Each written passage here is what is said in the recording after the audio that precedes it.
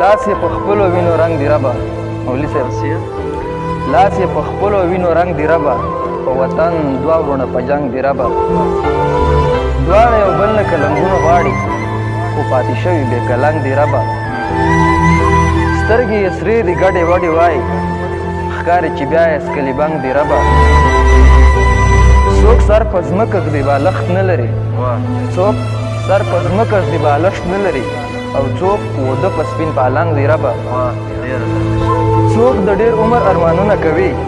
څوک له ژوندونه څخه تنګ دی ربه هرومرو یې منځ کې سوله وکړې دا د یوې ونې لونګ دی ربه او ستا پیدا کړي خلک واړه ښکل سپین دي که تور که غنم رنګ دی ربه ستا پیدا کړي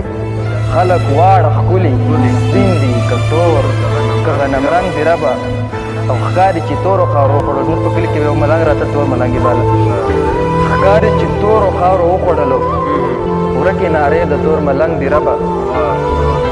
زه د وطن په دیوزان کې ځمه ژوندی جذبې مې د پتنګ دی ربه او ساقب اظهار یې د ښایست منمه خو دا خویونه یې بدرنګ دی ربه